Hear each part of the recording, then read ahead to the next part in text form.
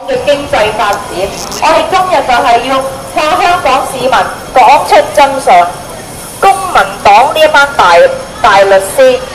一次又一次咁樣玩我哋香港人，靠害我哋香港人。我哋今日就係要同香港市民講出真相。公民黨煽動綜援老虎，去搞嗰啲環評報告司法覆核，申請法援。喺背後策動呢啲環評報告、司法覆核去告政府，而導致我哋香港人唔見咗88億嘅公帑。如果88億以700萬香港人嚟計算，將會係我哋每人可以分到1200幾蚊。但係點解呢1200幾蚊會跌咗落鹹水海嘅呢？各位香港市民，過嚟攞張傳單睇下，呢一班大律師爛眾棍點樣靠害我哋香港，佢走去揾啲綜援人士，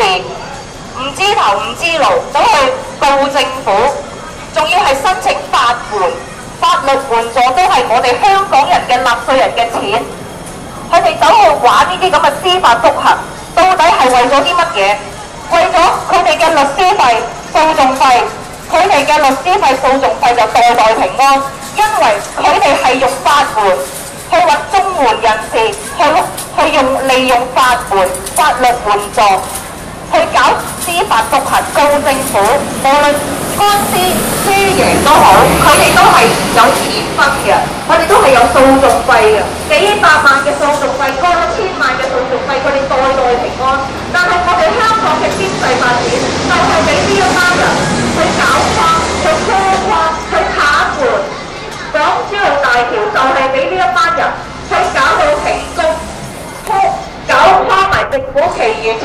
幾個工程嘅部署，建築工人開工無期，成功咁樣去癱瘓我哋香港嘅經濟，就係呢一班公民黨、律師黨、爛眾軍黨。